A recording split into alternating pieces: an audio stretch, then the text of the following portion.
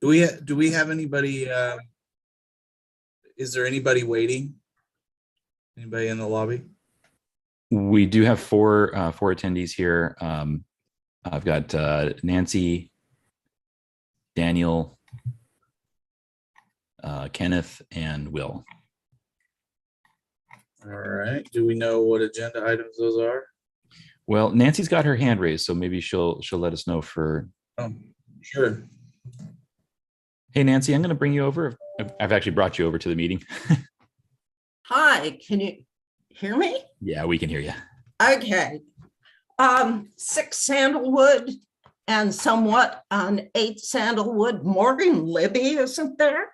Because she's at 10 Sandalwood, and I know she was interested in coming. Okay. So that'll be a new construction. Yes. Right? Okay.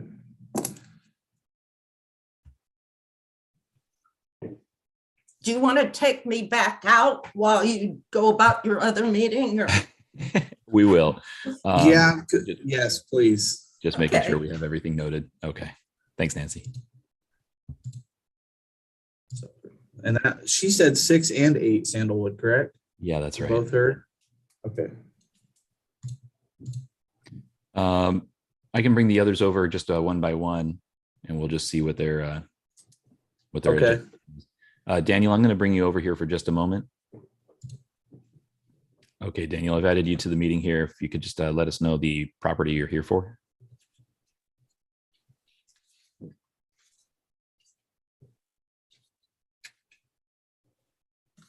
Sorry, Daniel. It looks like your mic's unmuted, but we can't hear you.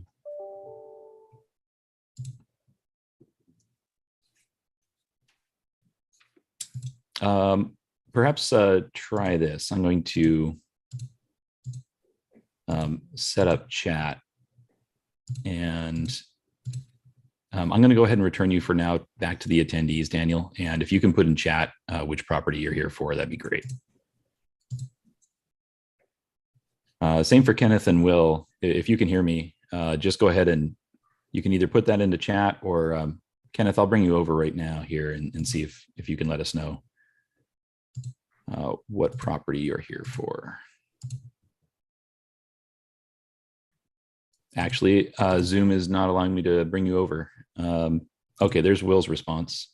So he's here for 19 Stable Lane and then 6 and 8 Sandalwood Circle. Okay. Yeah. So Will is he's the builder. Okay. So that makes sense. And then, and who was the other one? Daniel was the one we were waiting on? Kenneth and Daniel.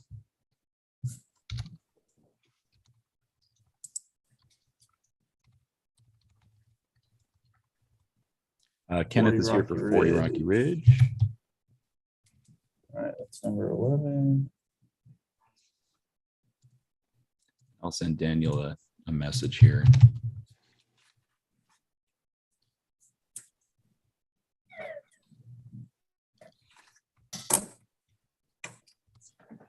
Nancy's got her hand raised again. I'll go ahead and bring her over real quick here. There you go, Nancy. I'm only counting 3 of you up there, or 2 of you that actually belong to the committee. Do you have a third? I believe Wayne Lee was added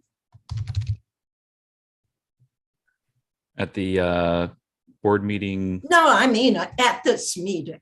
I know he was added. He's at the meeting. He's present. Okay. Wayne is present. Hi, Wayne. Thank Hi, you. Okay, thanks. All right, thanks, Nancy.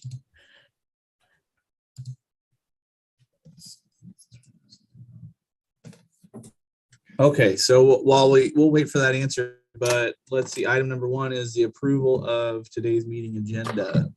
So I need a motion and a second. I'll move to approve.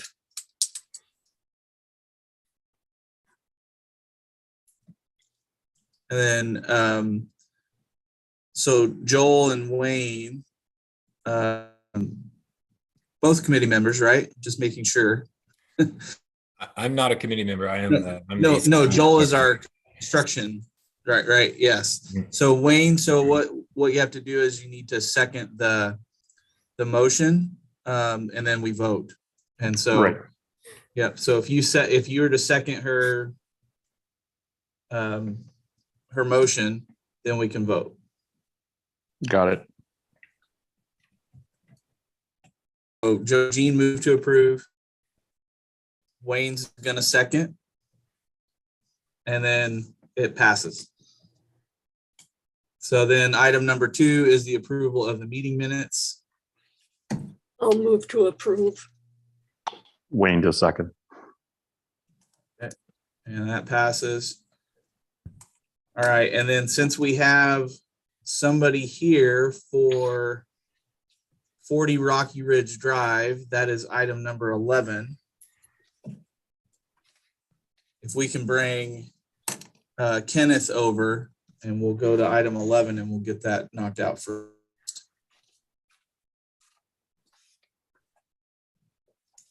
So we may have a little bit of a technical issue on his end with Zoom. I've asked him to see if he can leave and rejoin the meeting and see if Zoom can update real quick. It's giving me an error that he's on a little bit of an older version, and it won't actually allow us to bring him in to talk. So Okay. let's see. All right, well, we can at least start looking at it. So it's a driveway replacement, and he wants to use it looks like the permeable, the porous concrete and an engineered retaining wall. I move to approve.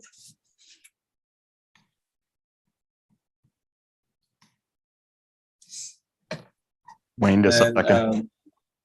Wayne seconds. And so discussion, any questions, comments?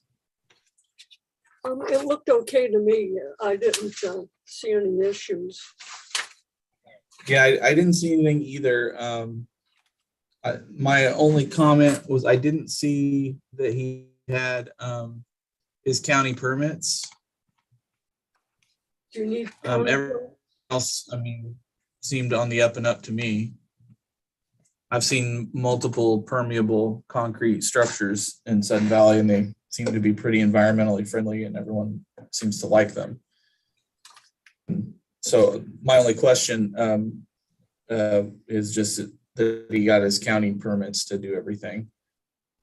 Do you need county permits to do that? Joel, do you know that? I think it depends on how I'm not familiar with this exterior alteration request. Oh, They don't come across my desk, but it depends on what you want to do.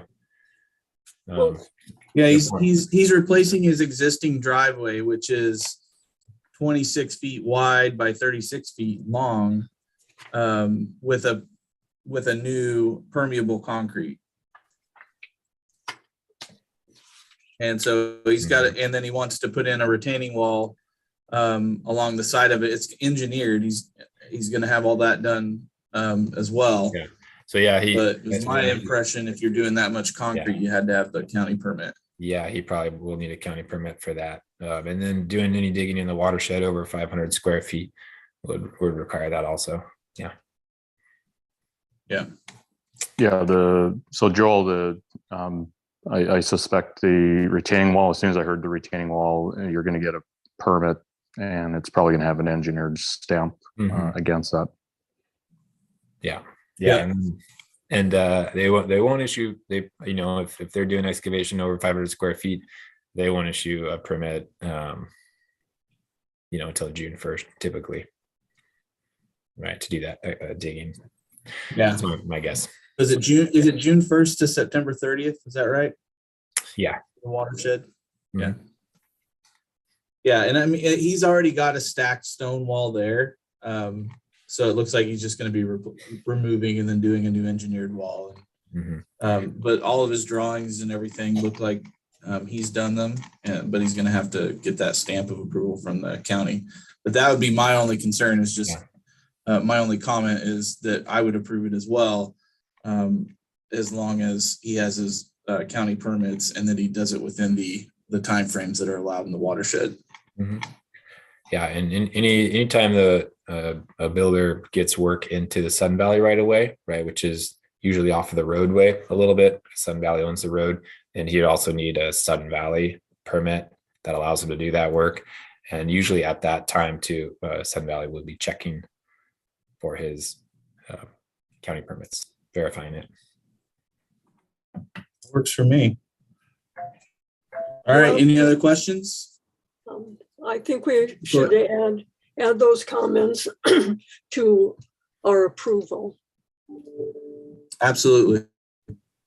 Yeah. I would agree as well. As it's subject to demonstration of the permit, and then obviously the permit contains the engineer's stamp for the state. All right, so all those in favor? Aye. Aye. Aye. All right, so it carries with comment. And John, can you make sure that I forget who the current maintenance manager is. They're probably going to need to be involved as well for the connection to the road. Yeah, Mike Brock. Mike, yeah, there you go. Kenneth did return to us, but we weren't able to quite resolve his Zoom issues. But that property, that was yours there, Kenneth. So at least you're hopefully able to listen in on that. And I'll see if he's able to respond to me through chat, perhaps. All right, so item 11 is done. So let's item 3 and 4, the 2 tree removal requests, real quick. I didn't have any issues with either of them. Neither do I. but- So I'll move to approve both of them. Yeah. Wayne, just a second. All right. So the motion carries. So both of the tree removals are both approved. Unanimous. Item 3 and 4 on the list there. And then, so are my notes right here? Everybody else in the lobby is for the new construction? I'm checking with Morgan, who's joined us just to see which Okay. property they're here for. And Okay. Daniel's got his hand raised. He let us know that he's here for the Sandalwood properties. As well. Okay. So yeah, Daniel, Will, and the other young lady there Nancy. is also on. Nancy. Okay. So we only have, by my count, you guys think we can power through the other few requests that we have and then come back to the new construction? Because I don't think it'll take too long. They're pretty quick from what I saw. Thoughts, Joe Jean? You mean you want to? I wasn't paying attention. I'm sorry. No problem. You want to skip down to number 8, or do you want? I think we want to do, number 8, and then we'll come back and do, we'll do 8, 9, 10, and 12. And then Okay. we'll come back to the Sandalwood Circle. I think that's what everybody else is here for. And then we'll do Stable Lane after that. Okay, All that's right, fine with me. so. Oh, I see Justin in here. Good. So item number 8, 4A, Yearling Place. Get down to it here. The only question I have about that is, are there paint colors on the approved list?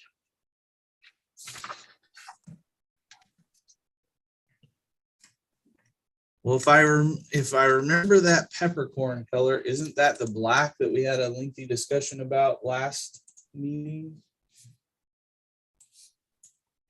See if I can bring it up here.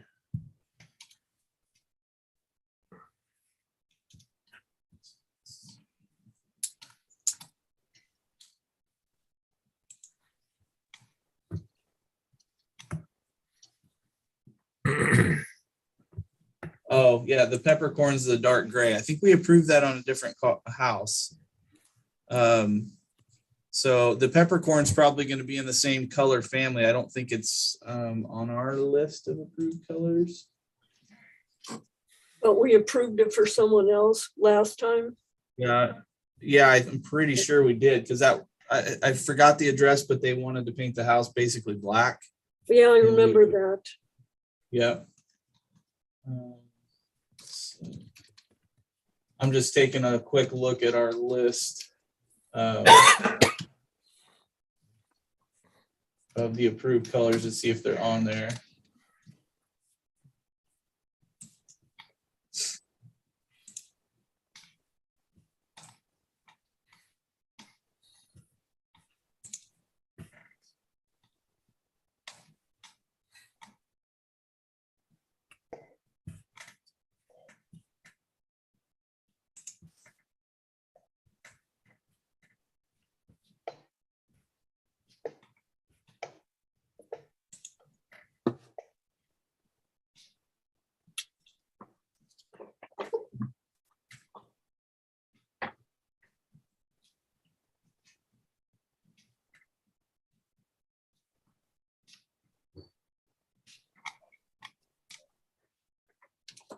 Were there paint chips submitted with this too? I didn't No. get any. I didn't see any. of it.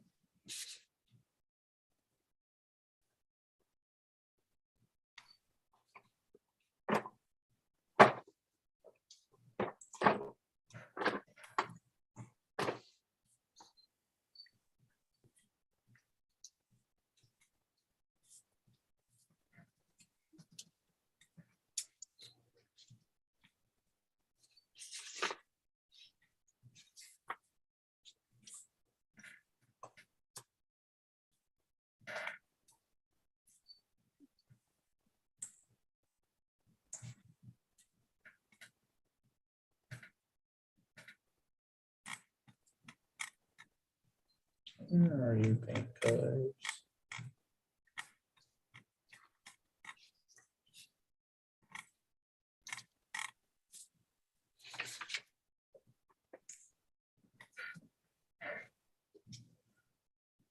I've got the paint colors. All right. Oh, go ahead. So the urbane bronze that they listed is on our pre-approved colors.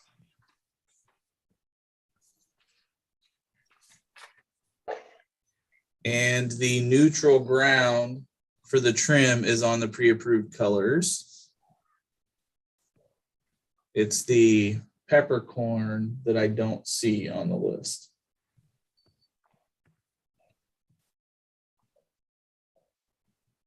So for the pre-approved colors, they don't need approval from us.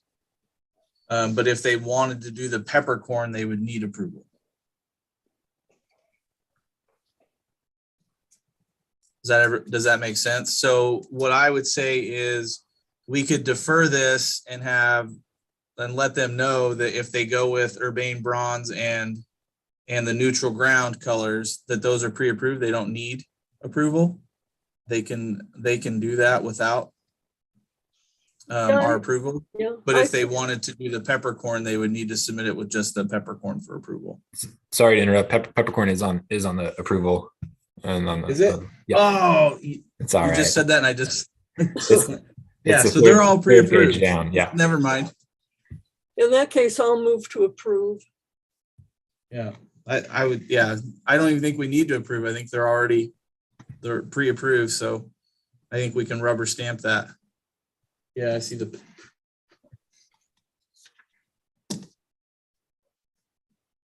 So that's good to go, John.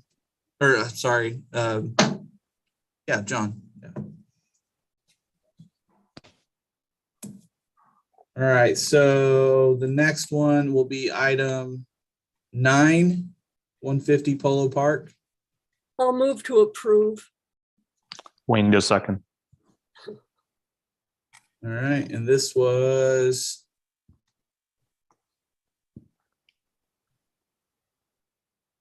Yeah. Actually, I think everyone in Sudden Valley should have to buy one of those.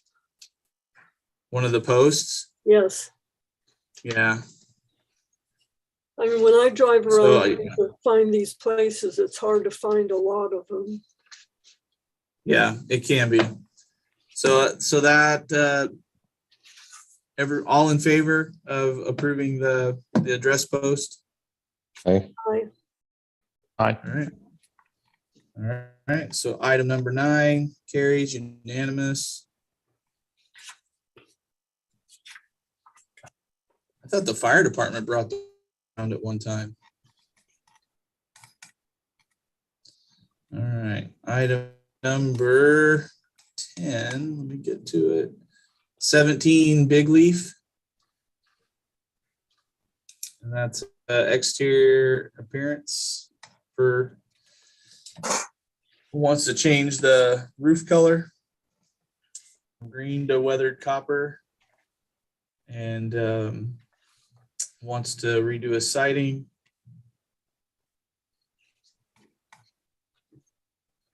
So it's an alteration of construction.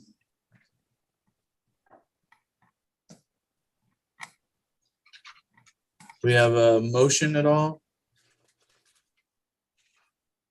I guess I'll move to approve. Okay, This smooth panel London fog that's for the front of the house.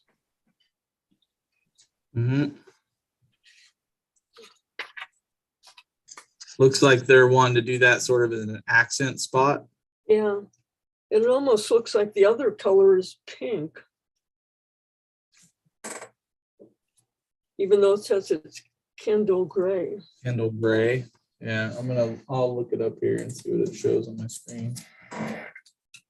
Yeah, I believe he just highlighted the Oh, on the diagram to show where this gray color is going to go, and he used a pink highlighter. in that case, I'll move to approve. Wayne does second based on the comment of the color. So I looked it up on, it's a Benjamin Moore color. It's called Kendall Charcoal, but it's very similar to that peppercorn color we were just looking at. It's just a dark gray. All right, so we're good with the changes. We're good with the changing of the hardy plank to smooth panel plank. And we're good with the roof color from green to weathered copper, color-wise. Is that correct? Yes. Okay, so all in favor? Aye. Aye. All right, motion carries unanimous. All right, and we did 40 Rocky Ridge. So item number 12 would be next. I'll move to approve.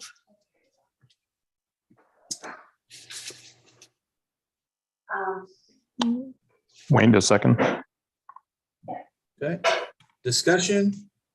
That seems, it's kind of close to the road and everything, but it's probably the only place on the property where they get sunlight. And so, I mean, there are a lot of houses that have that sort of thing, so I don't have a problem with it.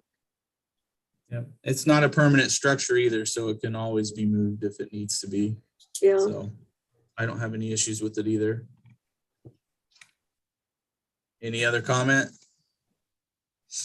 All right, all those in favor? I, Aye. All right, motion carries unanimous. All right, so I think that takes care of most of the agenda with the exception of our new constructions. So item 5, 6, and 7. And John, if you want to bring everybody in that is part of the Sandalwood Circle. I think it was Will, Nancy, and Mike. No, I forget who else. I can't keep track of this on the lobby.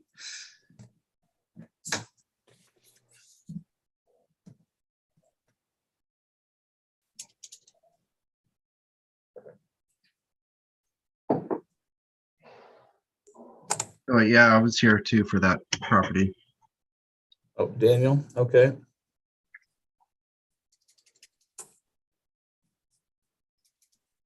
John, you're muted. Thank you, Nancy. Okay, so I've brought everybody over. We'll perhaps if we could all stay on mute for the time being, and if you have something to add, then we'll maybe raise hands. You're welcome to chime in, but I'm not sure who's here for which specific property. 6 or 8 or yeah. All right, so we'll let Joel tell us all about 6 Sandalwood. And Richard, Nancy does have her hand raised at this time.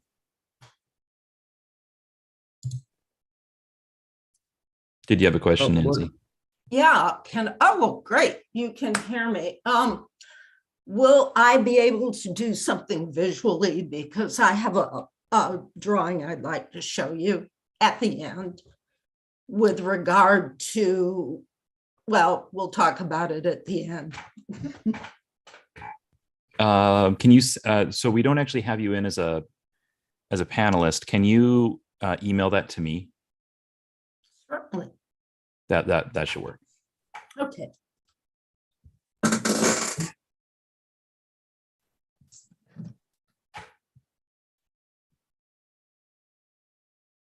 All right, folks, we're ready. I think so. Thanks, Joel. Okay, sure. Yeah, we're All right. Well, we have 2 constructions side by side here, 6 Sandalwood and 8 Sandalwood. Both are being proposed to built on by Will Safchuk, who's here in the meeting. So I've got, I don't know how much time you've had to look at the files. Everything's up here in a Google Drive as well. A couple of things for ACC to discuss. Paint colors, right? We have paint colors which are not from the, I think, automatic approval list, and they'll need to be approved. When you open up this one, it doesn't come up right away. It takes a minute to load. So we got some grays and whites for 6 Sandalwood here. Any comments about the colors? Did you say they were on the approved list? These, I believe, are not on the approved list. So because they're not on the pre-approved list, right, they will need to be approved.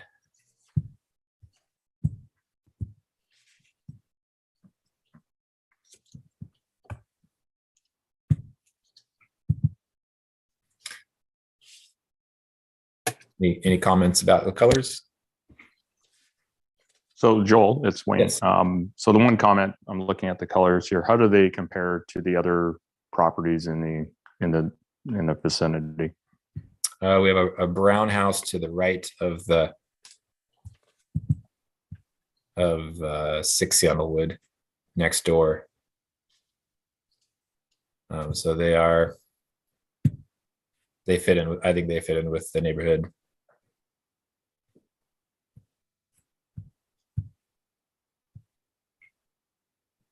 I have a photo of it I can get uploaded here. If you give me a moment, I can show you. Oh, no, that's okay. Okay. As long as the rendering, when you place it against that photo that you took of the nearby properties, as long as they don't, I guess, contrast significantly, like if they're just shading because of the lighting, right? As long as they don't contrast significantly, I would move to approve.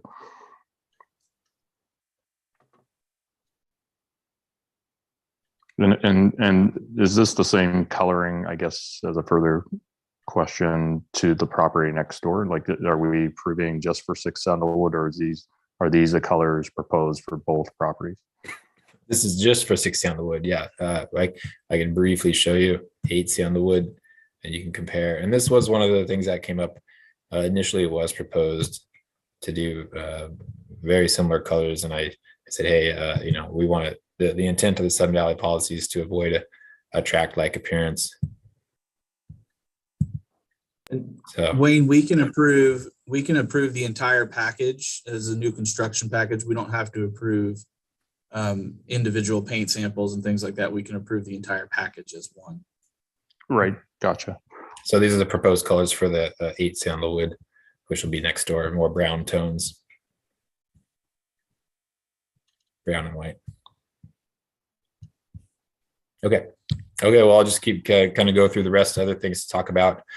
So there are 3 trees at the rear of the property. And there is 1 tree that is currently being proposed for removal with the county, and it is pending that approval with the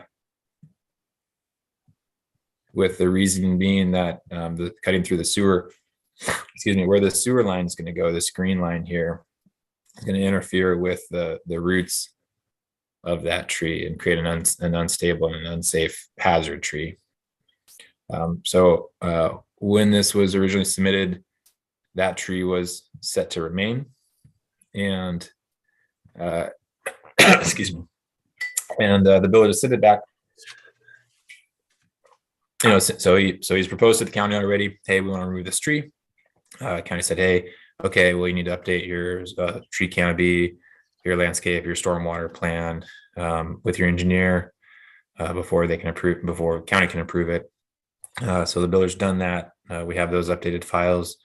So county, I'm not sure what timeline they're working on right now, but I think it's just pending county removal right now. And the tree in question is this. It's a little blurry on my screen. It's this dark circle hemlock, and it does have an exposed root system. I don't know that an arborist has done a tree evaluation on this yet to determine if it's currently a hazard tree.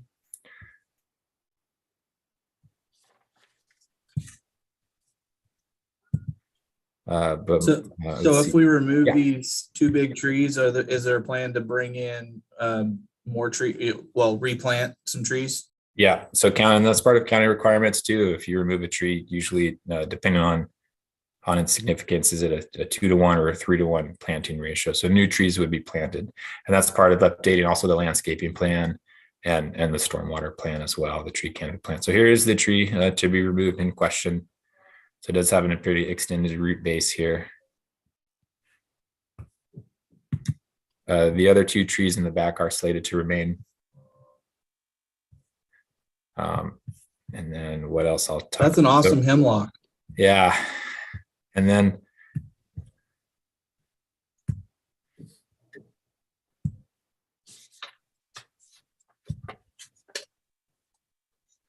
what else? And that's so just the tree to consider. And then I let Will know. So 6 and 8 sandalwood are the same floor plan homes, so they're going to be right next to each other. It is the intent of the policies. Part of that is it's implied in the objectives, a desire to avoid a tract-like appearance in said valley, and therefore repeating the same house plan will be discouraged. It is not explicitly prohibited. There have been historically other homes that have built the same floor plan. So something to perhaps for discussion on ACC. That's it. So right now, so my recommendation on this is, approval pending tree removal. The county engineer, in my phone call, my conversations with Will, he said that sorry, not the engineer, the geologist, county geologist, Andrew has said it should not be a problem for the tree removal because the remaining 2 trees on the lower slope should not affect the slopeability. But yeah, pending county approval, that'd be my recommendation, approval pending, but feel free to, let's open it up for discussion, questions. So I do see that they're the same floor plan. It does look like the fronts of the homes are different, like different garage doors, different finishes to at least make them look a little different than a tract home. Mhm.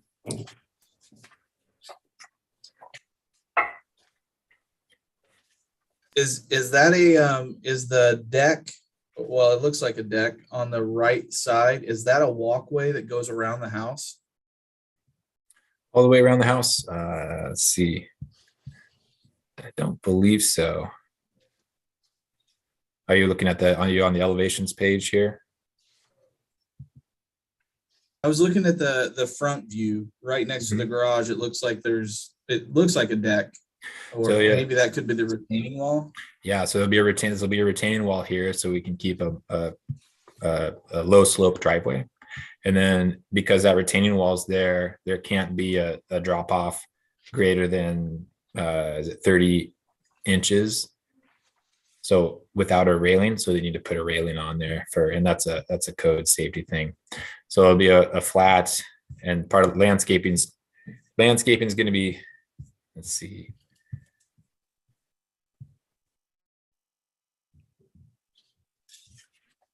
And there's going to be some landscaping in this area, but yeah, the railing would be right here at the edge of the home. Is that on the side of the house of for 8 Sandwood? I believe so, yeah. And this retaining wall will be cladded with wood or siding. Instead of that wood fence on the top, can't they put just a railing of some sort? This railing here. Yeah, well, a metal one, something other than wood. Will, do you have let's find out what Will has proposed. Will that, because that's not specified, I think, on here if it be wood or metal. Well, you have a picture of it. Oh, he does. Is it in there? Oh, let's see. Will does have his hand raised. He may be able to provide input. Let me back up here. You guys hear me? Yep. Hi. So that picture, and I mentioned this to Joel, is just representing the cedar planks that will be placed on the retaining wall to cover up the exposed concrete. However, we're going to use metal steel railing, just like on the decks for along the driveway. Okay, so it won't be It won't be wood, no. like the picture you submitted. No, the picture is just showing just to give you guys an idea of what the retaining wall face is going to be covered with, Okay. but the retaining wall will be sticking with steel, just as shown on the plans.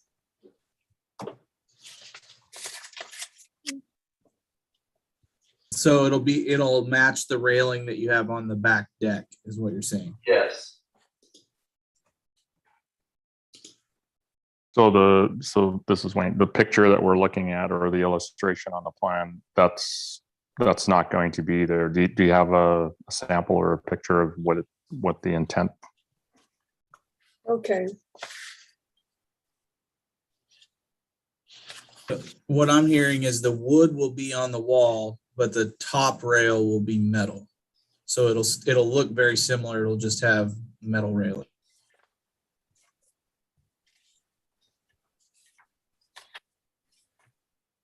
If you guys want to get rid of wood completely, I can just side the retaining wall and there would be no wood at all, and just metal railing on the deck. And no, I don't have problems with the wood covering the concrete. okay. Yeah, that actually looks really good. Is that picture from Sweet Clover Circle? Yeah, I think it is. That's in gate 5, right? Yeah, I thought I recognized it. I think you did, either for your brother, 3 or 4 houses up there. Yeah, that's my dad. He built like 3 houses up there. Sorry, Dad's what I meant.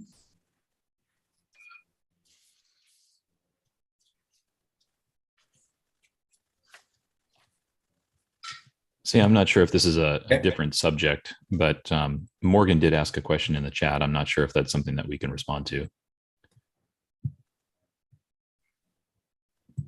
What's the question? It's about replacing another tree be retained to replace the one being removed.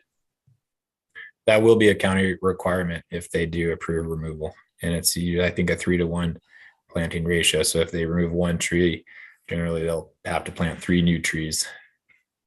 It's actually more than that. What Aaron proposed, I believe, was 6 trees and 14 shrubs. But then that's additional to what was already presented on the landscaping plan. So he went pretty heavy to accommodate that one tree that's coming out.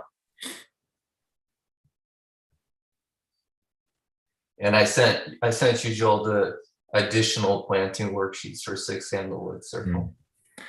Morgan asked another question. I'm talking about keeping a fully grown tree.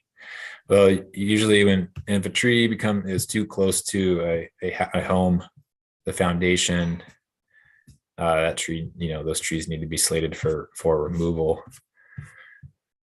Because they can be, if they become damaged, if you damage the root system and then it becomes a hazard tree, right? Your roots are cut on one side of it, then you've created a hazard. You created a hazard that may fall down on someone else. So the way that, and then another reason we don't necessarily keep a full-size tree is because it can create an undue burden on a future homeowner if that tree, 5, even 10 years down the road needs to be removed. You're talking thousands of dollars for removal once a tree is behind a house versus an empty lot. Mm-hmm. Yeah, good point. And in this case, when homes are mostly built in that first area of the lot, there are no, usually there's no other trees that are available. So all these other fully grown trees up here, right? There's none of those that are can safely remain.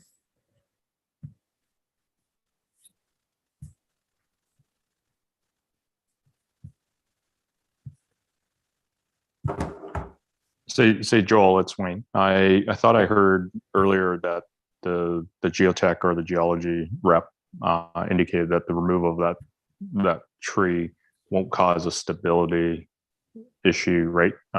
So by planting, I guess I'm hearing not just 3 trees, but 6 trees.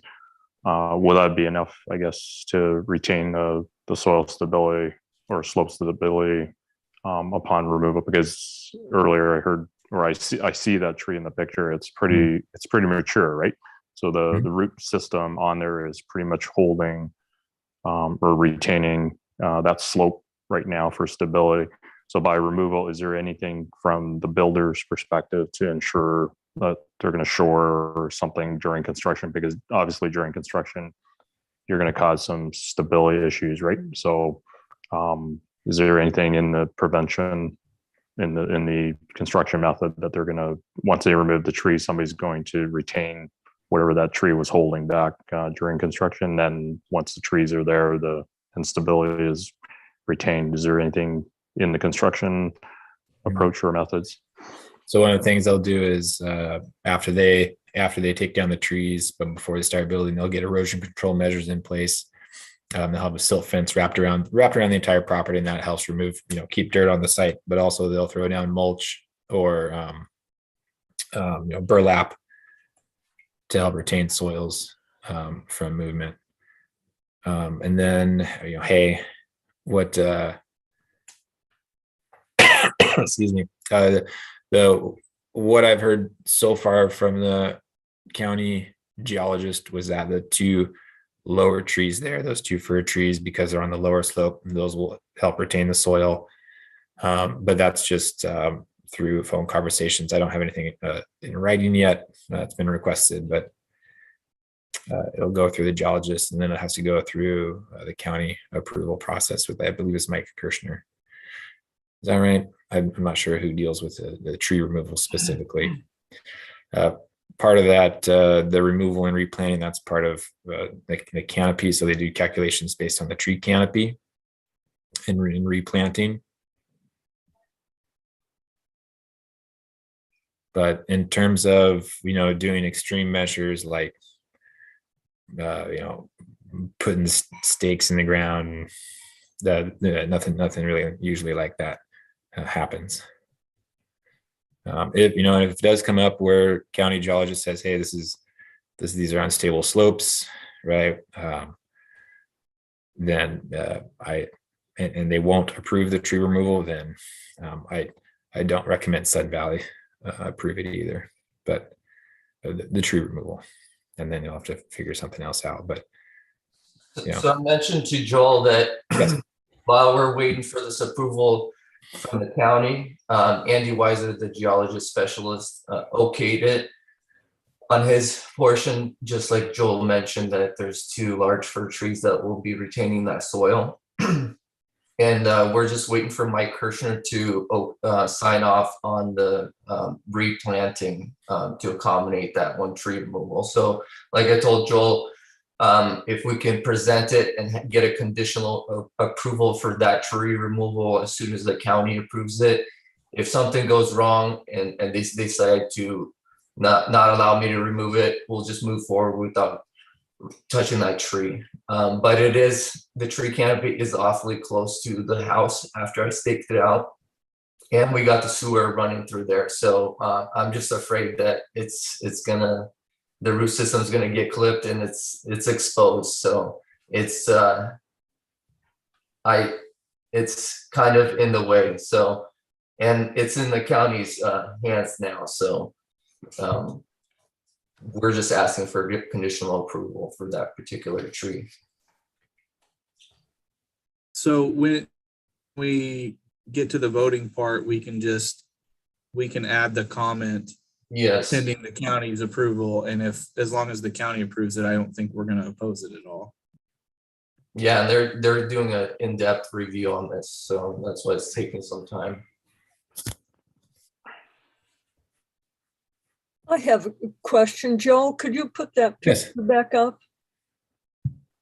What is the red line down on the left bottom? That would be the stormwater system. So all the rainwater that's captured off of the roof runs down the gutter. Okay. And runs through here. There's a clean out, a catch basin. That's the underground engineered system, and then it flows out the property. Okay. And where's the tree that you want to take down, or the one that's circled here? So let me see if I don't know how well you can see. Okay, that little, okay.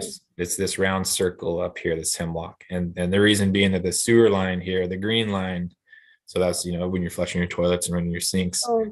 sewer line needs to go out, and that's going to be dug underground. And when you lay down a sewer line, you need to excavate 3 feet on either side of that sewer line. So it's a much bigger hole than just a line on paper. That's fine. Thanks. And they don't have any plans to put a fence around the lot, do they? No. Okay. Yeah, what you see here for what appears to be a fence is just a silt fence. So stakes in the ground, mesh fabric around. Go ahead. That little thing on the bottom says fence details. It says I think it says silt fence details. Yeah, okay. It's a temporary fence just for construction. Then it gets removed. And part of our inspection process at the end is making sure that silt fence is removed. Okay, thanks. Mm-hmm.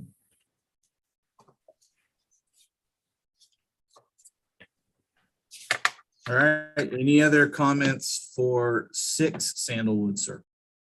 Before we vote on this, I'd like to say that I'm opposed to having the 2 houses look alike.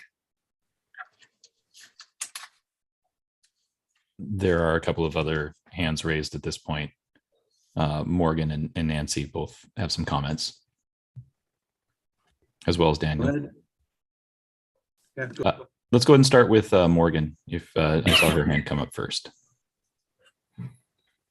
Hi, can you hear me? Yes. Okay. One, the house isn't built yet. So to say the tree is in the way is disingenuous. He can move the sewer line to save the tree. The other thing is there's no equality between a new planting and an old tree. if you were to look at this lot, you would see many old trees. That is something you cannot replace. So, and then also too, you say that Sun Valley building codes require that you don't have a tract home look, yet you just mentioned that he had 3 houses that look like this over on Clover. So while they may not be next to each other, the overall mood changes with similar construction. So I do think the questions raised of the 2 houses looking next to each other and also looking like another group of homes elsewhere is not complying with the intent of that directive. So what I meant was the retaining wall fence looked like some work that had been done on Sweet Clover Circle. I don't know that the houses actually match. That I'd have to take a really close look at all of the floor plans to figure that out. But I did note that the fronts of the houses do not look the same, although it's the same construction.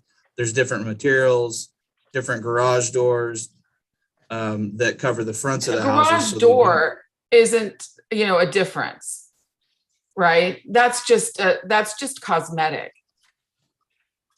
If the overall mood and shape and form of the house is the same, that's what creates that tract home look.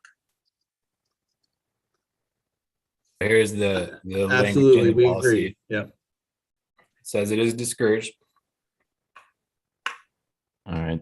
Thanks, Morgan. We've got a couple other people to get to here as well. So I'm just going to see if let's go ahead and move on to Nancy. She came in next. Can you hear me? Sure can. Okay. My main concern is protecting my own trees. And you can see on his earlier plat, the one with the sewer line on it, I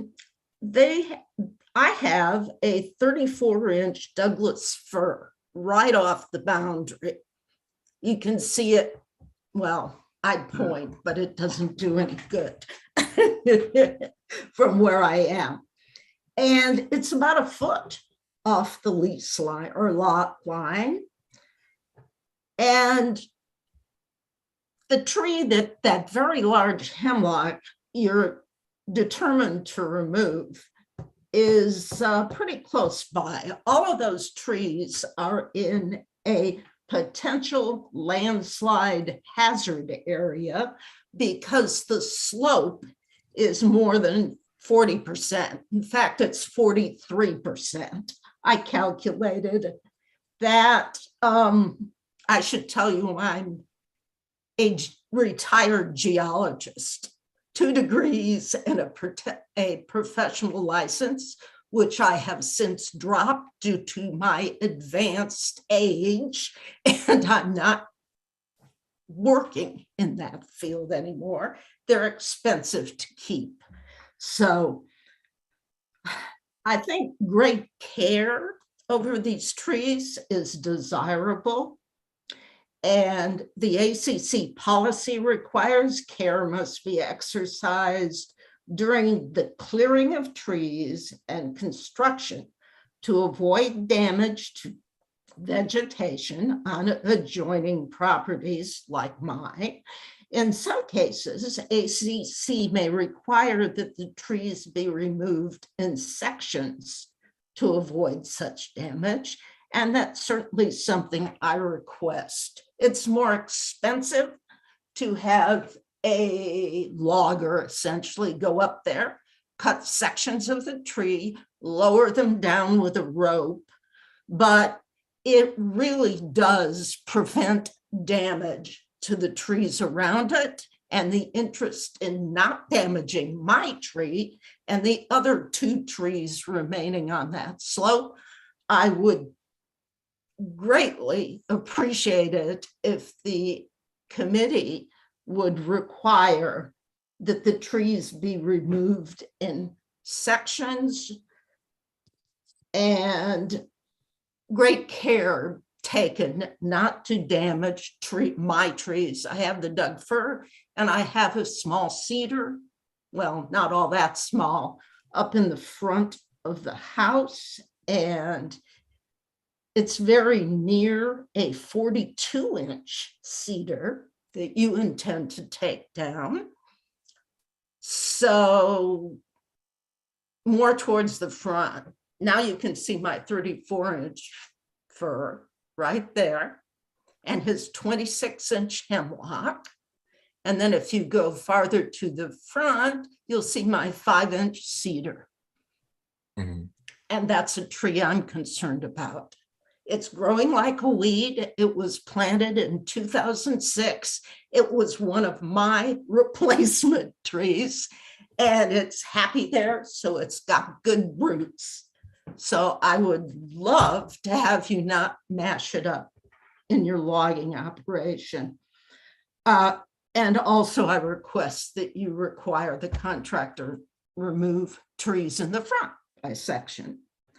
The other subject is root damage. And both of those trees obviously have root drones that cross the property line. And a barrier of protective fencing placed at the tree zip lines is required by ACC policy and by the Lake Whatcom Watershed Overlay District Ordinance 20.51.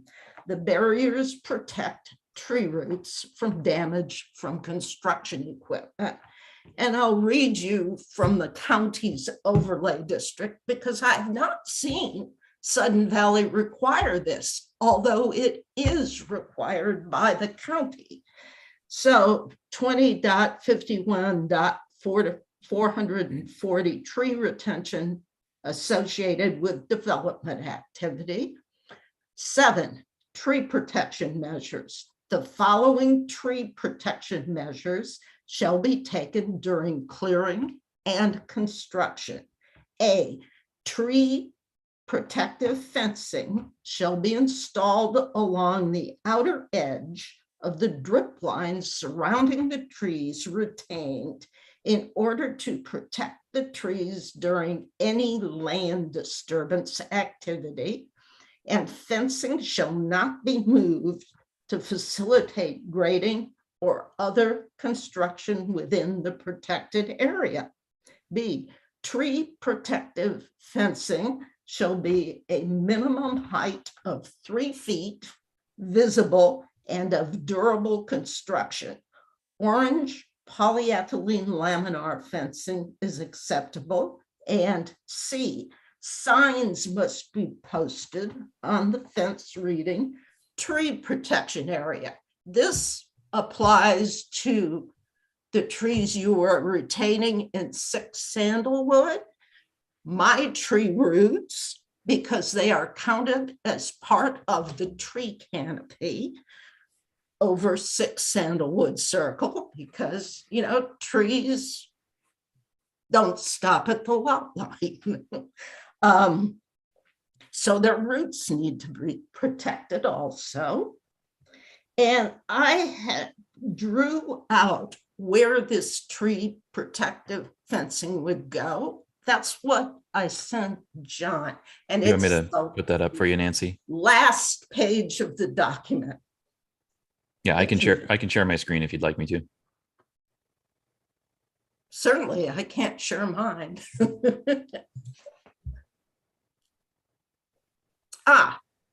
Thank you, John. That's exactly. You see 6 sandalwood circle. You see my tree plus the 2 trees he's retaining in the back of his lot, and an X where the one he wishes to cut is. And you see my small cedar in the front there. And the red line would be where the protective root barrier goes. Those circles that you see were over trees in these plats that the county puts out, those show you the root zone. They're not just there for view or aesthetics. They are the root zone. So the protective root barrier would be where I've shown that red line. And also I should add, the county is, I believe from communication with Michael Kirchner, that the county will require the stump be retained in the big hemlock you were looking at for slope stability. That was the geologist's recommendation. So I'd like to, in addition to taking his trees down section by section to prevent damage, I'd like to be sure that you do require that protective fencing. It's not really Sudden Valley's choice. It is a county ordinance, and it would apply to the trees on 6 Sandalwood and the tree that you're retaining on 8 Sandalwood. And it's really, when you look at what the county is requiring, it's going to be real obvious if he's done it or not. The other things that I want to talk about are contractor parking and property lines. I suspect, I just wanted to add on property lines, the lines are not marked. I'm not exactly sure where they are. I am grateful that he knows enough not to red ribbon my trees, so at least I know they're somewhere in the vicinity. Sudden Valley Policy 14.7.5B on setbacks requires lot boundaries and foundation wall lines must be clearly marked to allow determination of approved setbacks. I see stakes in the ground, but I can't calculate the setback because I don't know where the line is. So those lot line concerns apply to 8 Sandalwood, sides and rears. Nothing is marked clearly, just stakes in the corner, and it is fairly wooded, which makes it really tricky to decide where those property lines are. And I think I've taken up enough of your time. And I greatly appreciate your consideration of my requests. Thank you so much, Nancy. Will does have his hand raised. Maybe he's got some input that he can provide some insight into this. So most of what she's addressed, like setbacks, tree fencing, Joel checks on that. He's an inspector of Sudden Valley. County does their inspections. Everything's being inspected, and the county is reviewing the tree currently. And cutting trees, all the trees on the property, or almost all the trees on the property by sections. I mean, we're kind of being taught how to build a house. I'm hiring a professional arborist that has experience for many years on how to take these trees down. And this lot is all sandstone. I'm going to be hammering away on the machine. So that's going to create vibration as well, not just the trees falling. And as far as the homes looking alike, I mean, I tried my best to make them look different on the exterior, and that's the intent of a track-like looked house. I mean, no one's gonna see the inside, so the floor plan doesn't matter for people that drive by. But the house, 2 different colors, a gray and a brown, different garage, completely different siding. different front doors. I mean, I absolutely did everything I could to make them look different. And parking is going to be an issue on this on these properties because they just start sloping down from the road, and it's going to be a little bit of, and the road there is narrow too. So it's going to be an issue until we pour a foundation and get a temporary driveway in there with retaining walls on both sides. So it's going to be a challenging one. And when we pour, we're most likely going to have to close the entire road down. And there is a way out for all the neighbors. There's no dead end on that street.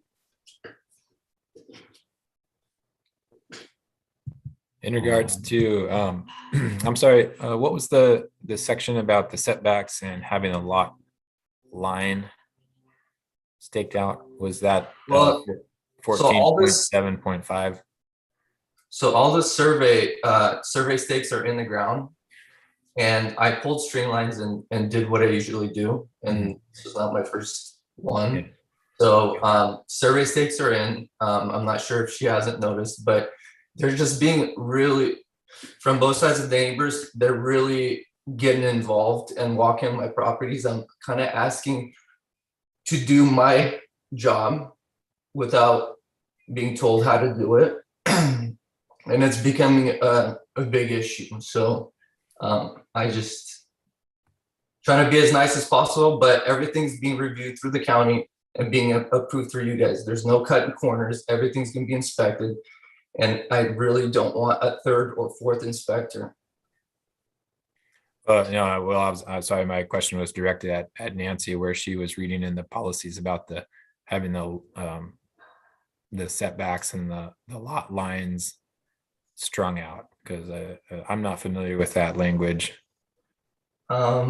Strung out. So That's what Nancy made it sound like. Can we bring I'm not running the meeting, but Yeah, no problem. Yeah, Nancy, you're unmuted. Go ahead and respond there.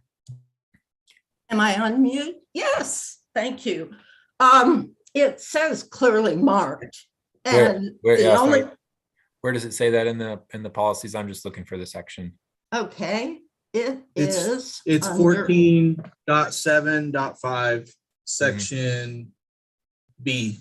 Yeah, so that's part of the inspections. That stringing up happens after approval. And then when we come out and perform the setback inspection, that is when the stringing is required. So it's not required right now in the submittal process, but it will be required after, prior to the pouring of concrete foundation footings. Location of the building site as approved by the ACC will be confirmed by inspection when forms have been set. Right at that point, then lot boundaries and foundation wall lines must be clearly marked. And that is a county requirement too. They come out and they inspect the setbacks. the problem with that is you are going to be hammering away, as Will just described it, with an excavator. And I would like to be real sure you're hammering away on 6 sandalwood and not on 4 sandalwood, where I am.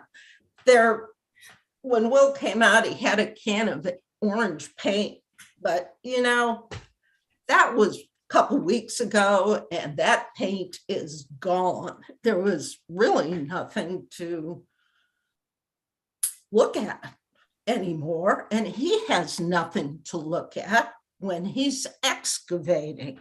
And there will be a very steep, I don't know how tall, retaining wall across the front part of that lot between our 2 lots, because he has to take the driveway down to a level driveway.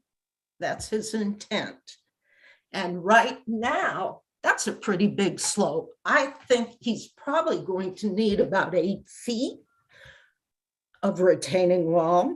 I have no idea how much is in his plans, engineered at that height. And of course, I'm concerned about what happens, where exactly it's going to be. And I can't tell. I also am concerned about the roots of my cedar, but if you get a protective fence around its drip line,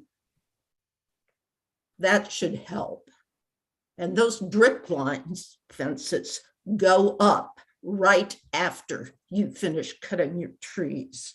That's before the construction equipment gets on the lot, because that is what is supposed to protect the trees that are remaining from that construction equipment. So it's kind of, closing the barn door after the horse is out if you don't put up your fences, your tree root protection before the contractor is out there grading. In fact, the county policy makes it clear you're supposed to do it before construction. So Nancy, what I think we can do is we can add the comment that all fencing requirements, and Joel goes out, we do multiple inspections during construction, as well as the county. They come out at multiple phases where they check different things. And I think Will is probably hearing your concerns. We're hearing your concerns as well. So we will do inspections as part of our policy to go out and make sure that those fences get installed when they're supposed to and where they're supposed to be. So I don't think any of that's going to be an issue with us checking on that. If you do come across an issue that you notice as a neighbor, then the mechanism for you is to report that to SVCA staff, because the ACC is not responsible for enforcement. That falls, I believe right now it's falling to the deputy GM. And they would be the folks to come out, and if there's some kind of a violation of policies, they'll be the ones to address that with Will. Okay, thank you. The other avenue is, I've just quoted county ordinance, is to report it to the county. Mhm. And Absolutely, yeah, you can report it to both if you need to. yeah, what about the trees in section, taking the trees down in sections? That makes a big difference. Those are big trees. If he just starts knocking trees down, I'm going to lose branches on my Doug fir and the adjacent cedar. Plus the cedar in front of me, which has one of those big cedar branches overhanging it, plus an alder branch up there. And I'll be glad to see the alder gone. Part of our inspection is to examine the trees, neighboring trees on neighboring lots for damage also. So if care is not taken to remove the trees and there is damage, that will be reported, and there are fines for that as well. Well, so what? My tree is trashed. A fine does nothing for me, absolutely nothing. And it is a very simple process to prevent the damage in the first place. And the ACC has the authority. In some cases, the ACC may require that the trees be removed in sections to avoid such damage. The ACC has the authority to require the trees to be removed in sections to avoid such damage. Let me get you that policy number. I see it. I've got the policy. 14.10.3. A. Yep. So Nancy, what we can do is we can take those comments. Like I said, Will is here as well, and he hires correct me if I'm wrong, Will, but I believe a tree contractor or a tree removal specialist that comes in to remove those. And I believe we can just add the comment, make sure due care is required, and in areas where it could be questionable or where there's even a possibility of damaging one of your trees, that his contractor will take all appropriate measures to avoid any damage there. The section I'm quoting is 14.7.2, lot clearing and excavation, and it's G as in golf.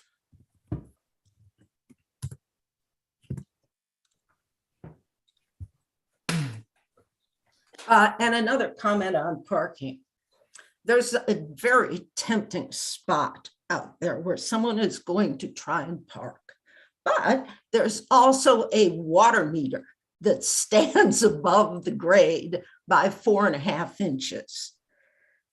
And there is a culvert edge, which has gotten some damage in the past, but is still usable. The water meter, however, has a sketchy history. It was parked on, it was smashed, and it leaked. And the water district came out and replaced it at least once, and I think twice. So that water meter is directly opposite the driveway on 4 Sandalwood Circle. And the culvert edge that I'm talking about is a little bit downslope. Don't park there. Nancy, what other neighbors have done in the past, they would set up cones if they're concerned about an area, or you can show me and I can inform my contractors to not park there, but my contractors usually try to park on our property. So, and there's 2 lots there, so there should be plenty of space until we get temporary parking, the temporary driveway in, and then people will park in the driveway. Yeah, there is no way to park on Sandalwood and keep your vehicle from being on the roadway. About half the vehicle will be on the roadway if you park on Sandalwood, because there's a ditch. And in front of my house, I have taken a great deal of time to get ferns growing on a slope there. And there's maybe a 3-foot strip in front of it. If you try and park there and run up my slope, there goes all that fern work. So don't park there. All I can say is there really is no parking on Sandalwood. Yeah, I'm so sorry to break in here too. I think that a lot of the parking issues should be able to be handled by security as well. I think if something comes up, just give them a ring and have them come by and take a look. We also have another resident who's had their hand raised for quite a while. I'm wondering if maybe we can include them in the conversation at this point. Sure. Are they another neighbor or property owner of one? Sorry, go ahead, Daniel. Yeah, actually, I'm probably in the same situation Nancy's in. We've got a property that is, I guess they've got proposals out for approval. So I'm not quite at the same stage that she is, but I'm grateful for all the information that she provided and all the homework she did on this. But more generally, and I'm not sure if this goes beyond the scope of our discussion here, I've lived here for about a year now, and I've seen a few properties, smaller properties that have been just completely clear cut. You know, there's the odd tree here and there, and then homes built within almost the whole length of the property. So my concern is all this talk about paint swatches and things like that, which, you know, I don't care if you paint your house purple, but, you know, have some respect for what Sudden Valley is. It's full of trees, it's got beautiful trees, but once they're clear cut, I mean, that's when you're going to get the tract housing look. There are 2 houses on Wisteria that have just been built, and they don't look alike, but they do stand out as tract housing because they've been clear cut, houses were put in the middle, then there are a couple of shrubs they put in the front, but it really stands out as something that is definitely not Sudden Valley. It's huge houses on small properties, no trees. And I mean, that seems to be a more prevalent thing. I see a lot of beautiful properties with a lot of respect for the landscape around it. that have been around for a while, but that seems like the new things that are coming in are just clearing out everything that makes Sudden Valley beautiful. And I don't care if they paint the house purple. Again, these swatches I don't think are a relevant issue. I think it's what these new constructions do to the neighbor's view and what we have that makes Sudden Valley unique.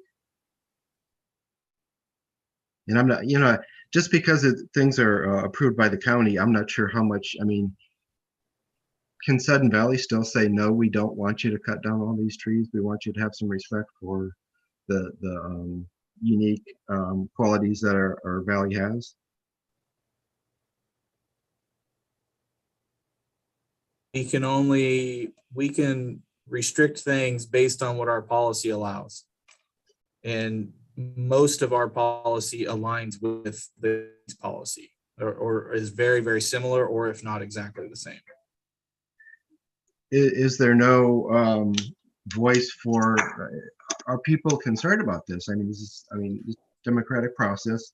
Do people in Sudden Valley have any concerns about these kind of new developments that clear cut properties for construction? Well, so over the years, I can say that there have been concerns, but I would also note there are not that many lots left to build on in Sudden Valley. So, it's kind of a double-edged sword. We can allow the last few lots to be built on, which, there's nothing we can do really to stop construction.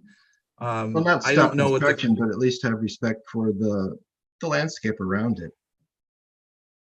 Absolutely. And that's why, especially with established homes, that's why one of the comments I made earlier was when we put a new home in there, if we have a tree that becomes a hazard for a homeowner, even 5 years after they move in, and we knew it was some sort of a hazard, or it was extra close to the home, or it hangs over the home, it could create damage to, anything. We burden a future homeowner with thousands of dollars in trees if we have a hazard tree or something to that effect that they end up having to work around. Whereas when a contractor is initially building the home, if there's a questionable tree and the county approves it, and we're moving it for a specific purpose, or removing it from the lot for, to run a sewer line, or to and I make sure completely that it's don't understand get damaged by the driveway, then we would remove it then. That way the future homeowner is not going to pay $5,000 to $10,000 to have that tree taken out. And no, I potentially completely risk understand that. their home. My point would be that maybe that huge house isn't appropriate for that property, rather than the property is not appropriate for the house. And that seems like a call that Sudden Valley can make rather than the county. If the house doesn't seem appropriate for the landscape that's there, instead of trying to make it fit an enormous house that's going to be placed on the property. Yeah. And we treat every construction, so each project that is approved is based on its own merits. So we don't approve, okay, well, we approve this one, so we have to approve that one. Okay. Every project is approved on its own. And so I can tell you, just historically, I've been on the ACC now for somewhere in the neighborhood of 7 years. And I know that we have denied construction projects in the past for exactly that reason. So it is a consideration when we look at them, when we look at style, size. But again, we follow policy as well, because we have our policy set in place for a specific reason. And, as far as lot coverage and size of home, we always make sure that they fit within those. And based on the construction paperwork I have in front of me, both of these houses are within the setbacks. They're within the coverage for the lots. In fact, they're even a little under the lot coverage that's allowed. So the houses could be even bigger. So we're happy to see that they're well within the what is the restraints that both percentage? the county and Sudden Valley have. What is the percentage of house on property? Let me take that one. Oh, can you answer? So a home can be 35% of the lot up to. Okay. And that's the footprint of the home. Okay. And then including things like driveways, decks, patios, and walkways, it can be up to 50% of the lot. Okay. And so I believe on this one, we're at 6 Sandalwood, we're at about 32% for property coverage. And then we have 59.4% remaining of open space. So about 40% of open space. Okay. And it sounds like from all the homework that Nancy did that I'm going to have to be very vigilant with my neighbors when they come to build too, because I do have a concern about a huge fir that is right on the border. And I'm afraid that, I'm not sure what recourse I have to protect that tree. It sounds like Nancy did a lot of homework and there's a lot of back and forth thing, and I don't want a $100 fine on them because they killed my tree. I just want to make sure that we do have, beyond just county protections, the Sudden Valley protections too, that would help me ensure that those trees are safe.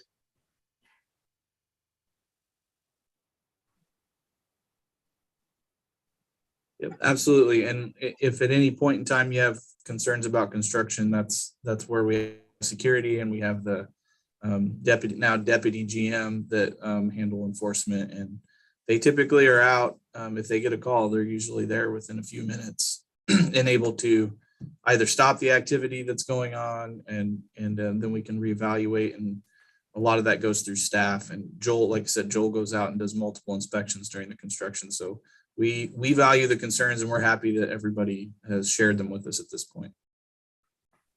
Okay. Thanks for allowing me to talk.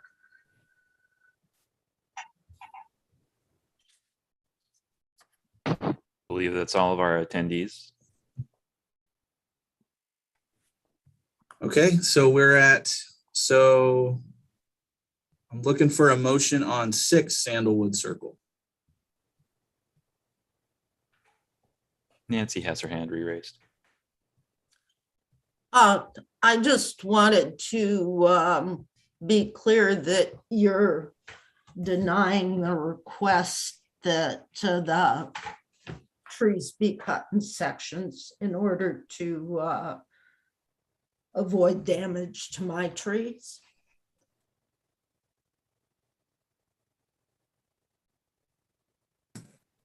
Or are We're you not, excuse me. we're not making it a requirement, but we are adding the note in. I don't know what the motion is going to be at this point, but Okay.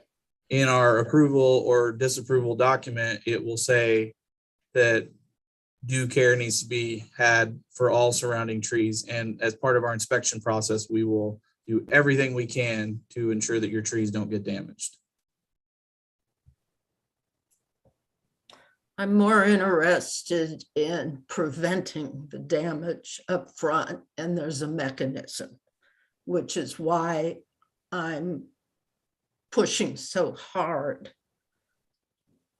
for the sections. That's the only thing I know of that can prevent the trees being, my trees being used as a backboard for falling trees when he logs his lot.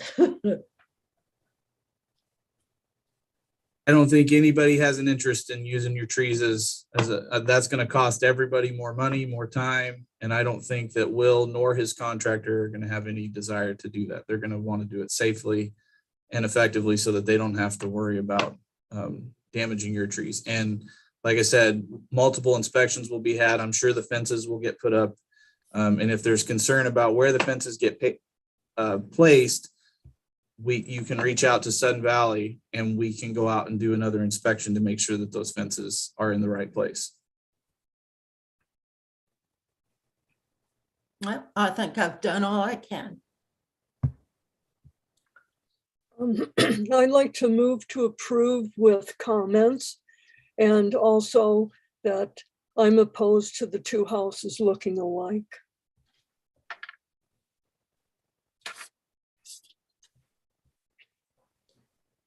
Okay, so I have a motion. Do I have a second?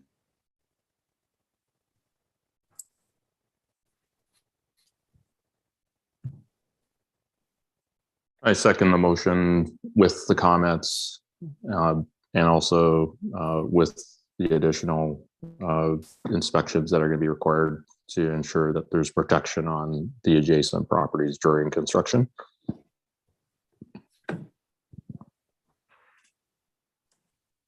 Okay. John, I hope, well, we'll have all the comments. This is so all in favor of approval with all the comments.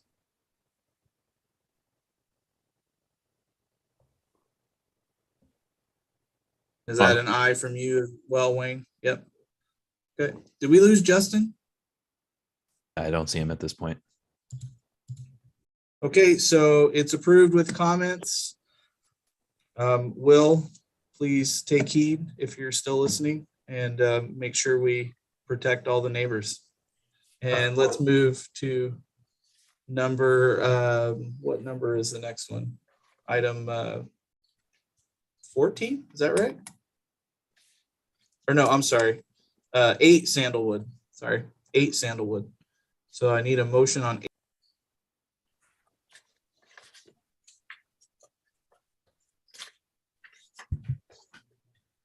I guess I'll move to approve with discussion.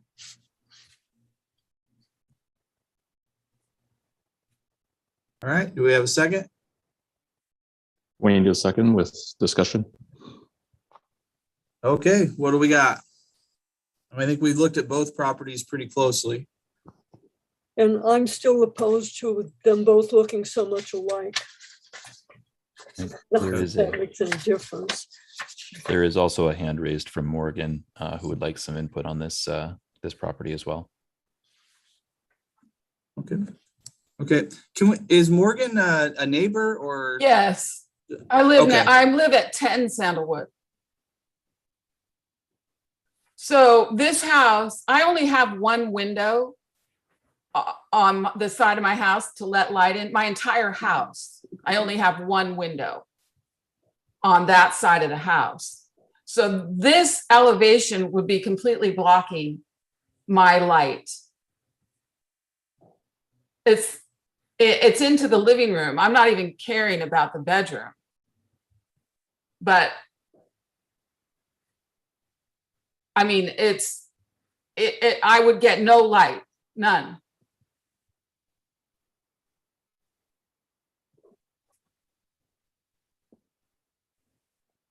So are you downslope? I am the top floor is the living room in my house. And then it goes down the hill and the bedrooms are downstairs. But that is the single window on that side of the house, except for a bathroom, which, doesn't really, tiny bathroom.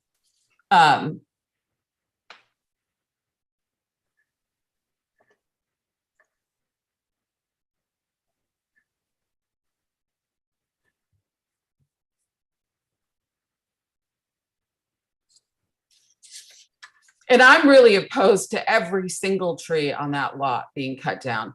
I mean, we're not even saving one. That is complete clear cutting of a lot on a slope that's they're not over clear cutting the 40%. lot.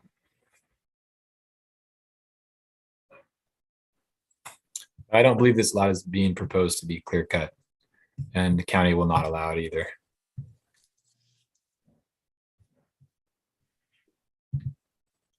Is that right? Yeah, so there's one tree One tree. that remains. The rest, because of the stormwater system and because of the sewer, need to come out, and it's mostly alders in that down sloping back corner. And it's not because we want to remove them. We need to remove them to run the utilities to the house. As I bought this house labeled buildable. This is a lot that Sudden Valley used to own as part of the density reduction and should never have been sold to begin with. So I think that whatever gets built there needs to be judicious. I mean, it's not even practical.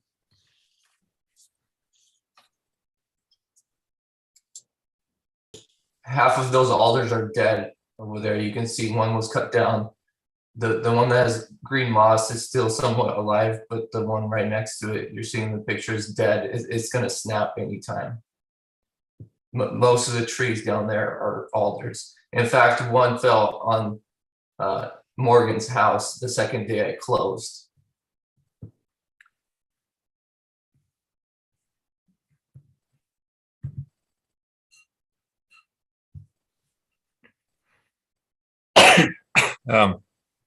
So we do have some similar things for discussion, reviewing the paint colors, being the same home plan as 6 Sandalwood, but we don't have any additional trees that are being proposed to be removed by the county right now. So it is, as it appears to be.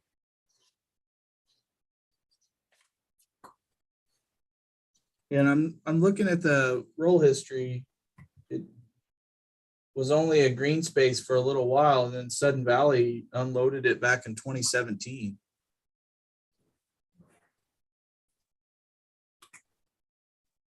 Right, and then That's different good. developers owned it over the time, and they just keep selling it to me. Yeah, it doesn't, the reason it may have been a green space reduction, but they never transferred the lot into the green space, so they paid taxes and everything else on it. So I know Sudden Valley owns a lot of lots that are green space reduction that have moratoriums and they can't be built on ever, and that's all part of their agreement with the county to maintain a certain amount of green space. I don't see that lot included in that particular purchase. I know there was a large purchase in 2005 of 70 or 80 lots that were all moved into green space that can't ever be built on.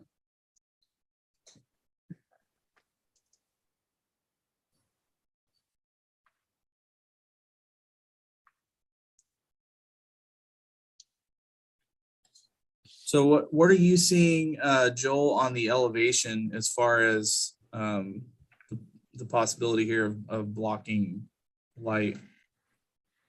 So something like that is kind of outside of my purview.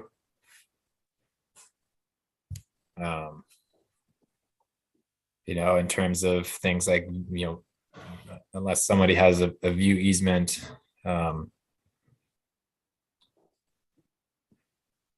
I do have a photo here of, I believe this is her house, Morgan's home. So it appears to be probably a similar elevation of the home.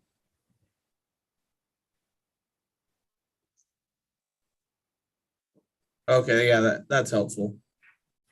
And we're still, all the documentation says we're within easements, we're far enough away. Mhm.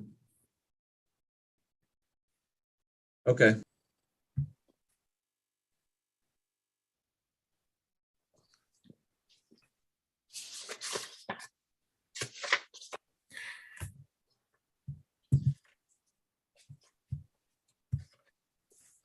Yep, All it's a right, little. other discussion? Okay.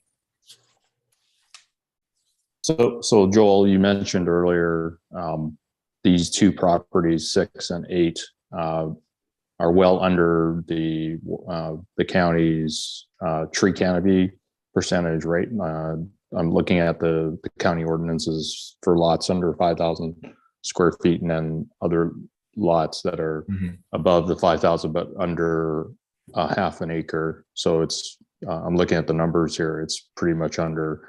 In fact, they could have built the house even bigger.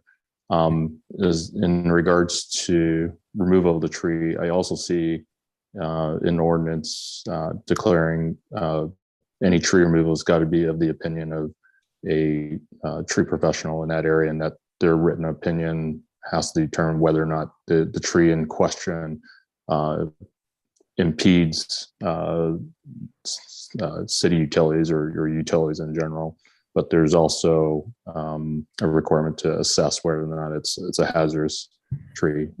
So I'm fine with that. In regards to the window and the lighting, in retrospect to the requests by the neighbor upslope, I'm looking at the contours here. So that house, that's above, it looks like there's a bit of a higher elevation.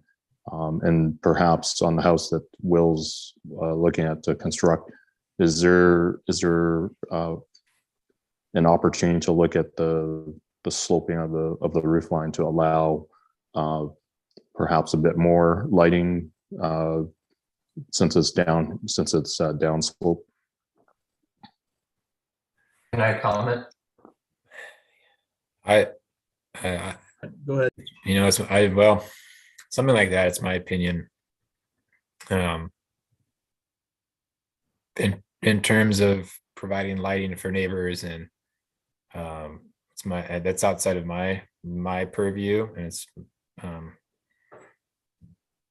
I unfortunately I can't consider something like that in the plan review, right? I have to stick to what my contract says, and looking at things like lot line setbacks, as long as those are okay, right? As long as the height requirements met, then it gets submitted for approval for the ACC. Fortunately, yeah, having extra lighting to the neighbor's window is outside of my scope. May I comment? Joel, can you put the replanting plan up as well, or the landscape plan? Go ahead, Will. So I can try to, so the roof, the pitch of the roof, I believe is 512, which is not that much slope and that's pretty typical for Sun Valley. But I can try to sink the house down more. I don't want to make the driveway too steep. I know I have to stay under the 14 degrees, which is the limit.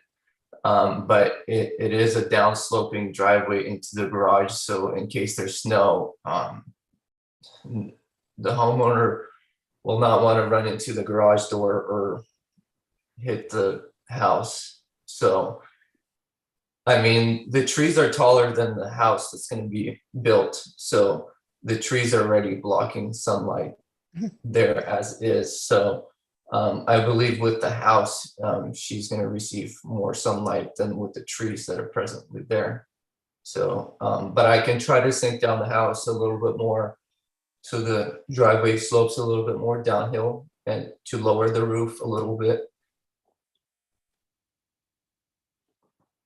Yep, no, that's appreciated. And then I guess within Joel's purview, I mean, does the slope of the roof, I mean, obviously within snow loading conditions for structural, can that pitch be a little bit less steep, I guess? I mean, it probably could be. It would have to, require engineering, whoever's doing the truss work. Yeah, but it's again, sorry, it's outside of my purview to kind of make a request like that, or see if it can be done. Yeah, I wouldn't get too much into the pitches of the roofs and stuff, because then again, we run into issues with a future homeowner if there's not enough pitch and you're in a forested area, your gutters are clogged every month. You end up with rotting eaves and leaky roofs, and that can all be a problem for a future homeowner. And I'm looking at pictures online of the lot. I looked at the pictures that you're showing there. I think Will's assertion that there's probably going to be a lot more light with some of the trees removed. And I don't see a lot of mature trees coming out of there. I see maybe 3 or 4 what I would call mature. But I think those are probably still only in the 40 to 50 year old tree range. They're not old growth trees. And this replanting plan has a lot of new vegetation going back in. So I think we're well within policy, at least based on all the documents I have in front of me. Is that correct, Joel? There's no issues. Yeah, I don't have any. I agree.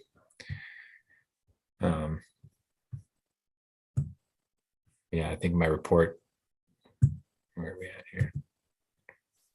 Yeah, the only things that are for consideration that are outside of policy is, paint colors need to be approved. And then the same with the intent as 6 Sandalwood having the same house plan. Everything else falls within the policies. So I see Morgan has her hand. There's a couple trees that are not in the photograph. There's a very old, very large maple. And in front, if you look to the right, it's not in the photograph. And if you look at the size of that Doug fir, over to the right and in front, there are other bigger Doug firs, at least 2.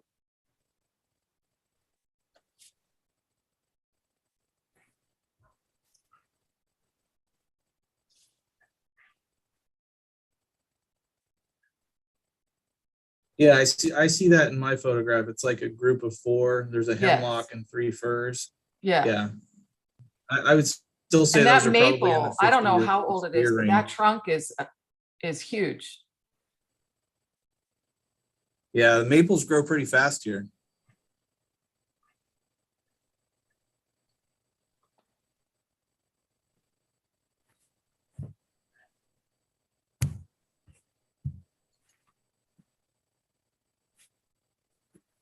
And it looks like we're well below the coverage limits. What was that, 29%? 29%, 63% open space remaining. Met the high definition. Driveway slope is great.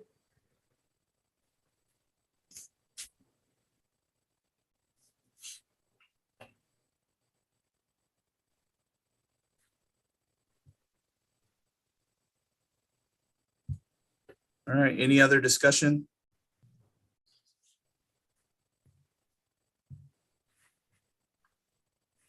So I think the motion was to approve with the comments, same as what we put on 6 Sandalwood, care for the trees, make sure we have the fencing all in place, all the inspections and county permits all approved. There, and just so I'm clear, there was nothing on 8 Sandalwood that was being further looked at other than what the county's already doing with regards to removal of trees and permitting on their end. No, just 6 Sandalwood for that additional tree. Everything else is submitted as originally approved by the county. Okay, so the motion's on the table. All those in favor? Go Gene. Wayne, I didn't hear you. Oh, aye from Wayne. Aye from Wayne. So the motion carries. The construction is approved with the noted comments. There are a couple of further hands that have gone up here. Morgan, did you have an additional comment? Yeah, actually, I would like to say that having the same architectural form with different decorative elements or paint colors is the actual definition of a tract home. That is what they do. Plant the same floor plan, flip it, put it on the other side, paint it a different color. So when you say that I have changed the decorative elements, meaning the garage door and paint color, to avoid a tract-like appearance, you've actually created one. What makes the home architecturally different is a different roof line, different shape, different something. It is exactly a tract home, these 2 houses. Morgan told me from the very beginning that she's going to do everything she can to not get these approved to be built.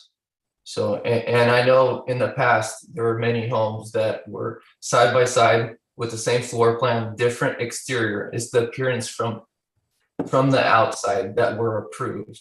And this floor plan, this foundation was custom designed to fit these lots, and both the lots have the same topography, very close topography. It's really hard to make it work on these steep lots and tiny lots. And we did the best we could. I believe Nancy also had a comment. Okay, wait, before we comment, let me make it clear.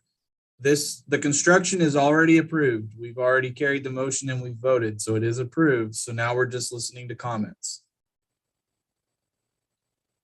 All right, go ahead, Nancy. Yeah, I noticed your landscape plans that you've been showing on the screen are legible.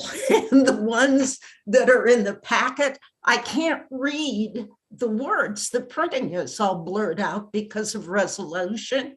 And I would greatly appreciate the landscape plan for 6 Sandalwood so I can coordinate what I'm going to be planting on 4 Sandalwood with the position of their plans. So is there a way for you to email me that particular PDF or add it to your packet? I believe, so either John can email you a copy or the agenda packet for today's meeting is usually online. I'm not sure if it's live right now, but it should be. Yes. And you can zoom in on those with a PDF viewer, Adobe or any PDF viewer there. And that's what I'm actually doing. I have on my computer screen and I'm zooming in to be able to read them because I have the same issue that you're. Can you read them though? Because when I zoomed in, the resolution on the printing was so blurred out, I couldn't read the words. That's unusual. Normally they're clear, but it depends on if you scanned a drawing and turned it into a PDF and the scan didn't have the resolution to begin with, the PDF won't. So that's what I'm concerned about. But if you can zoom in and you can read the printing, it's the printing I'm looking at that I can't read of what they're going to plant where. I'm able to read it when I zoom to 200%. That's what I'm at to be able to read it. And then it kind of clears up. Not all of the print is perfectly clear. But I don't know what we can do to fix that other than have original documents. Well, the documents you were showing during this presentation were clear. I could read the fine print. So what I'm asking for is, can you email or put up somewhere the landscape plan that you showed in this presentation? Yeah, I think that's a possibility. If John, if you can get that from Joel, then and just email her the landscape plan. Yeah, Joel, if you send that my way, we can figure something out for Nancy. Thank you. I appreciate it. Absolutely, and thank you to all the homeowners for the comments. I enjoy hearing this stuff, and I know that it always doesn't turn out the way everyone wants it to, but we try to uphold the needs of all the homeowners as well as Sudden Valley, and we got a whole list of policies we have to follow as well. So hopefully this construction experience goes well. I think Will has heard all of our concerns, and I look forward to getting this project taken care of. Will does have something else that he's mentioned here that he has to attend to. At this time, I'll go ahead and move everybody back to the attendees.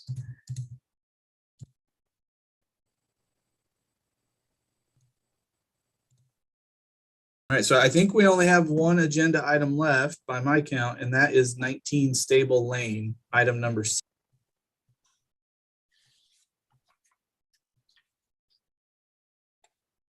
And that's a construction change request. Does everybody have that?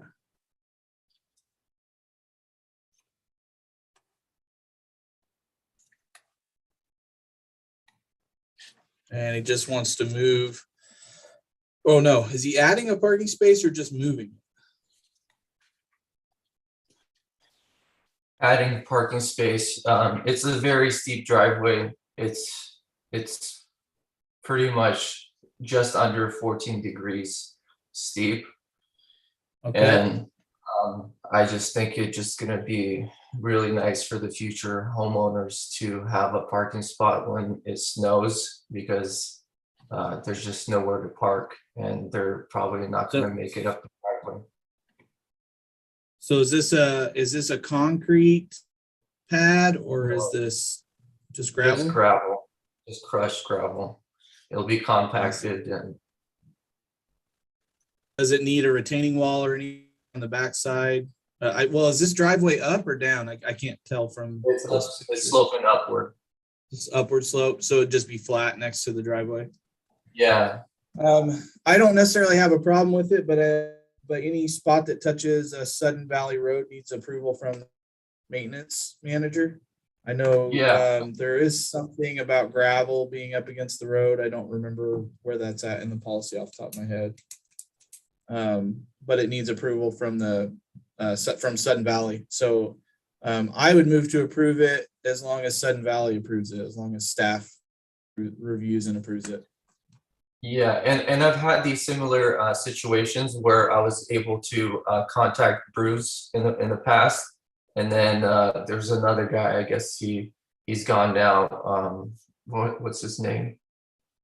The I guess- maintenance manager, Mike Brock. Well, Mike, there's yeah. another. I forget what his name was, but I guess he's not around anymore. And I used to just reach out and get approval from them in terms of culverts and parking spaces, and they were able to approve. But now that everybody's gone, I reached out to Joel, and he said he doesn't know what to do as far as who can approve it. So he asked me to submit this to the board as a construction change. So otherwise I would not have submitted and just got approval from the maintenance. So I'm not sure. No, so who I I get. would submit it through our deputy GM and Mike, our maintenance manager. And I mean, 'cause obviously you're gonna have to extend your culvert and they're just gonna come look at the Sudden Valley Road and make sure that they're okay with everything. Okay. But like I said, I mean, and if it's gravel, Joel can correct me if I'm wrong, but I don't think that affects your open space or any of that because it's gravel. And it's in the right of way. Yeah. So that's the key, is just having that approval from Sudden Valley, because you have to make sure they document it for that right away. Okay, now who do I reach out to? Can someone email me? Can Joel email me the contact information as to who I need to reach out to? Yeah, I can find that out for you. So GM, it's Dan Pike. Is that what? I would say the deputy GM. I don't know his name. Off the top. think I it's forget a Rich. lot of names. It's Rich something. Rich Johnson. Chris Johnson, okay. Rich Johnson. That's it. I should know that, right? Yeah. So Rich Johnson and Mike Brock. Brock. Yes, Mike Brock is the maintenance manager, and that way, because Rich will be the one to make sure that you get something from Sudden Valley with a stamp of approval on it, and Mike would be the one to review it and make sure you put in your culverts and tell you that it's okay to be up against the road and all that good. Okay. All right, so I moved to approve. Do I have a second? Joe Jean seconds. Well, I'll second, but Okay, go ahead. it looked to me like they already had a parking space made, but I guess looking at his picture now, that's over Yeah. but the driveway. And I just hope if we approve this, that they do it correctly with, building the culvert and that sort of thing, so that it doesn't cause flooding when we have our next monster storm. Yep. And that's where Joel and Mike will come in for inspections and checking and yep. Okay. Okay, so we move to approve it with Sudden Valley approval and just need a vote. Aye from Wayne. Okay, so the motion carries. It's approved as long as Sudden Valley approves it. Okay. All right. And that's everything I have on the agenda. Anybody have anything else? I move we adjourn. Oh, move to adjourn. All right, that's it. Meeting's adjourned. Thank you, everybody, for attending, and